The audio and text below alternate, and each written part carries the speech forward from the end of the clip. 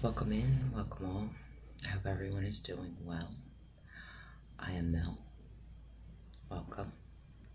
So it's a little late at the moment, and I was actually pretty much asleep and was awoken to some signs and things telling me to get on board and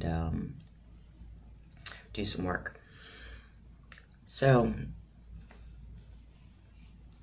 I've been working through some concepts and ideas in regards to a particular term that many people are not fond of, and they have a very negative perspective of it. And my universe is asking me to illuminate that and share a different perspective and dispel the distortion.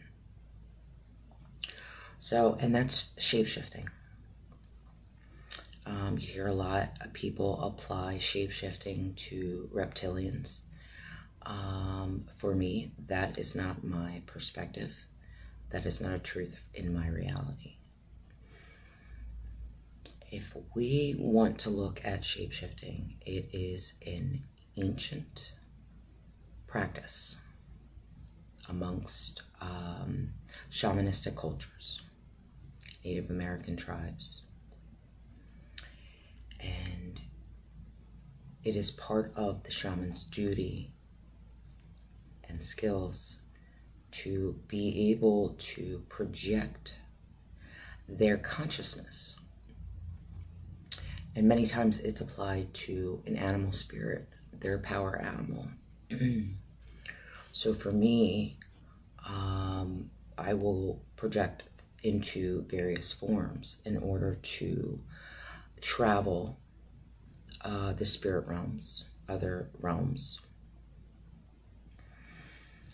in order to, for healing, in order to do soul retrieval, in order to gain information. And these are all skills and abilities that our ancestors and many indigenous tribes still utilize today in order for healing, in order to supply what is needed for the tribe, for the community. But it's been shamed and it's been distorted. So if we want to get on just the nitty-gritty of what it is, it's projecting your consciousness. Many people will use the term astral travel. It's the same thing. But what you're doing is you're projecting your consciousness into another form. Many times it is an animal spirit. So for me, it's traveling through the hawk. It's becoming the hawk. It's seeing through the eyes of the hawk. It's sensing and feeling what it is like to be in flight and being able to travel these realms. And other people have different power animals. I want to address that when we want to look at shape-shifting, it's the same as transmutation. It's the same as transfiguration. It's just another term. When we are transmuting energies, we are projecting within that energy in order to change form. It's all. So like, here's the thing, like when we talk about shifting timelines, shifting realities, shifting our energy, you are shape shifting. You are moving your consciousness through a transitory state. It's not that you're changing form. Well, one that is highly skilled can shift their appearances to an extent to fit in with their environment, so to speak, but not in a manipulative way.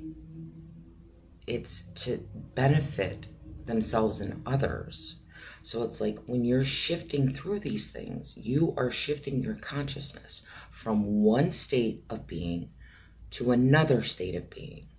And I'm going to try to remove the words of higher and lower, because that presents that there's a hierarchical structure. And when you are not living in the constructs of duality anymore, there is no hierarchy.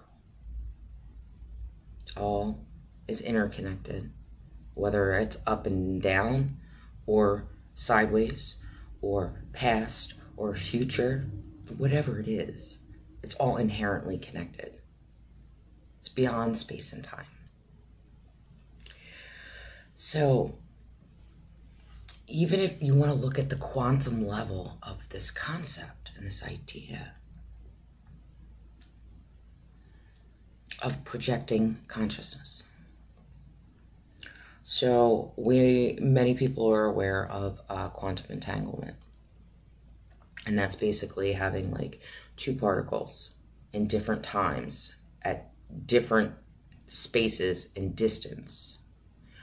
When one has an altered change, it affects this one, no matter how far away it is. Okay? So,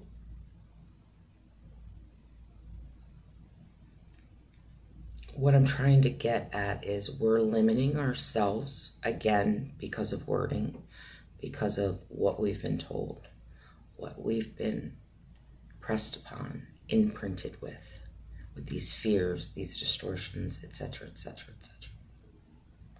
If we go back to being a child, in the imagination of a child, it is unlimited.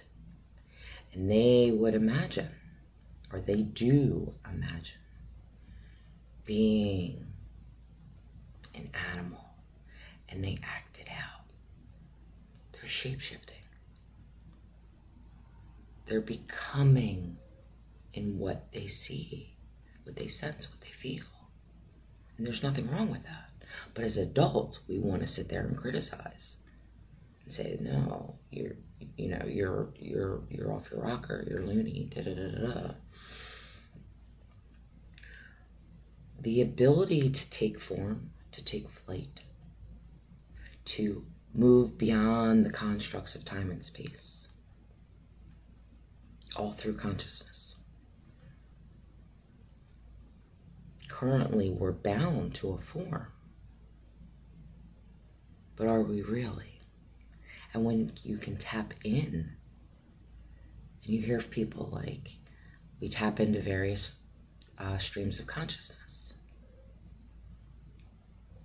And many times we think like we're drawing it in, which we are receiving, but we're also projecting outward. So this leads me into another thread, but they're inherently woven, is time travel.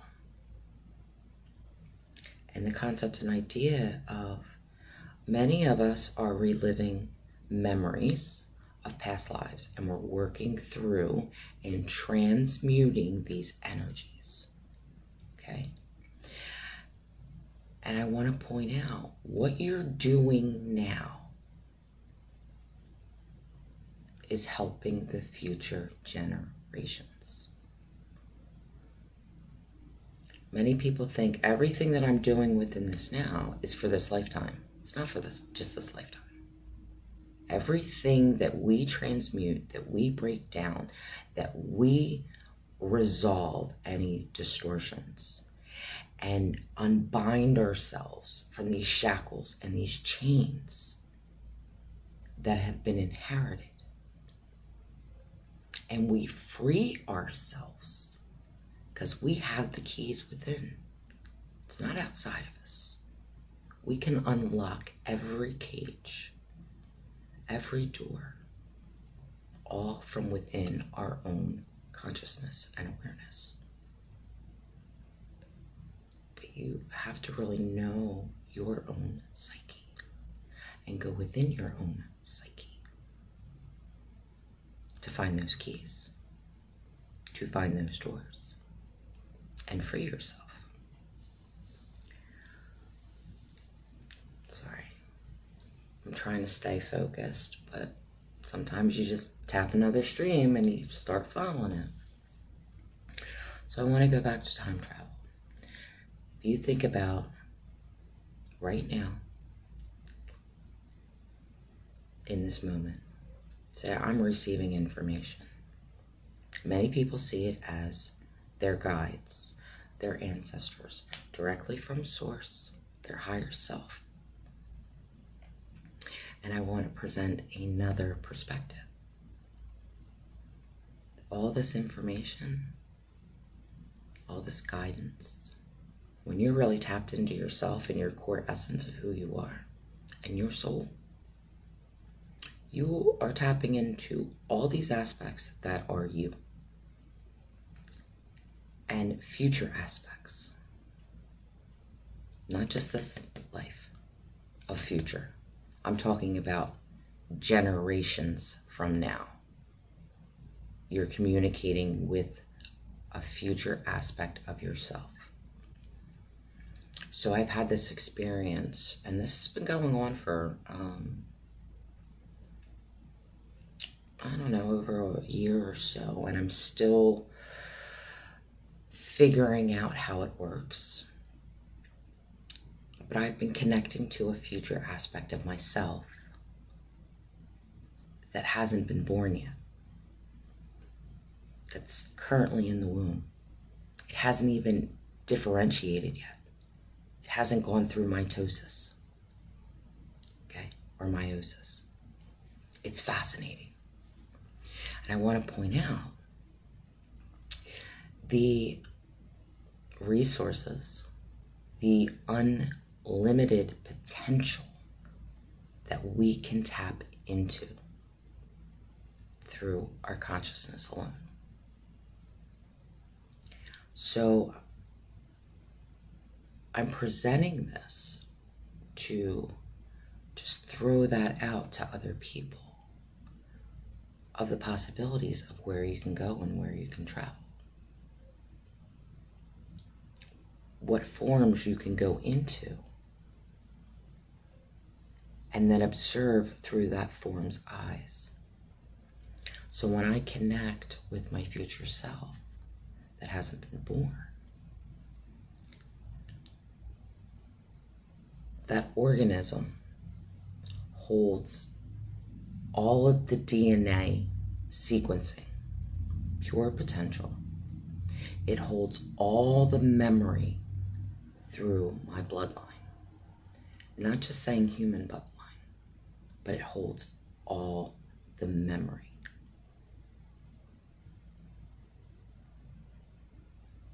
And think about that.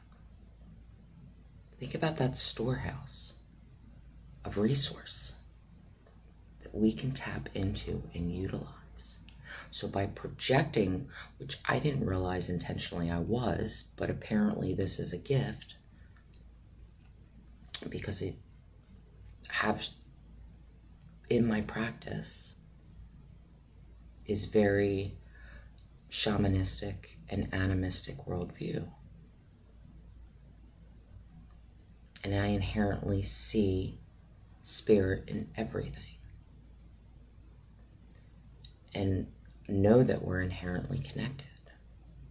So why couldn't I connect to something? I don't know what generation. I don't know how far off in the distance is. I don't even know if it's in this universe. And that's the beauty. But it guides me. It offers me information. It teaches me about quantum physics.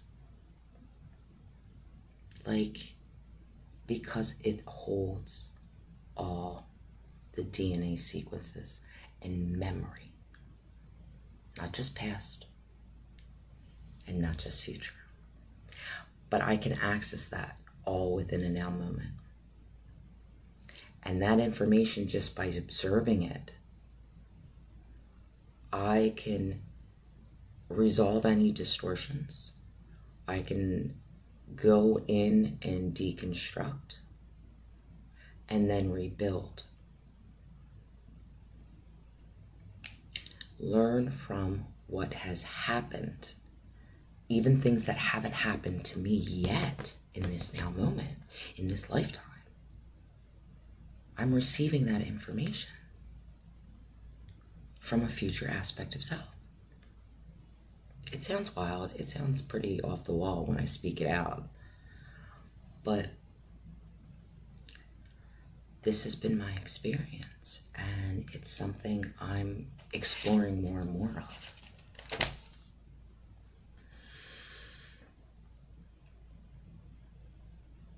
I want to say it's like it's a pre-matter state of being. It's a pre-ego state of being. Before, ego's even developed. It's the pure potential and essence and the core of the soul.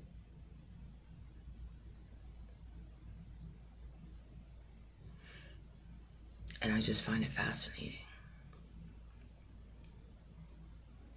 If we can look at it and say, okay, if I can go that far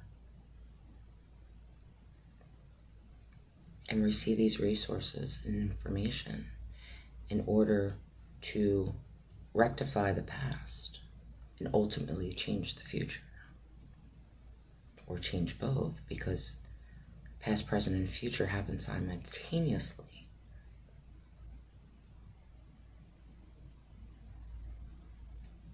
Can you imagine what kind of world we could live in?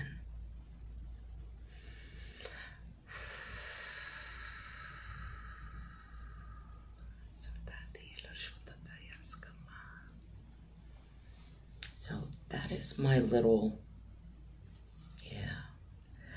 that's what my spirit and my soul wanted to bring through today. Take it as you will. It may or may not resonate for you all. But I trust, and I feel it in my heart that it's truth. And it's truth for me, in my experience. But be open. Don't limit your imagination.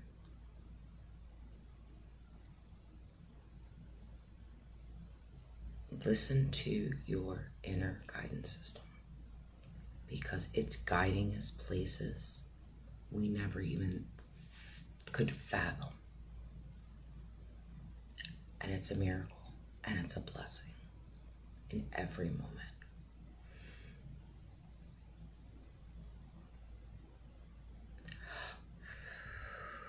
So I send you all off with much love and many blessings. I hope this made sense. It's a little out there, but I trust that those who are meant to receive and understand will. So, send you all off with much love and many blessings. Thank you for being here. Thank you for supporting my journey. And I will see you soon.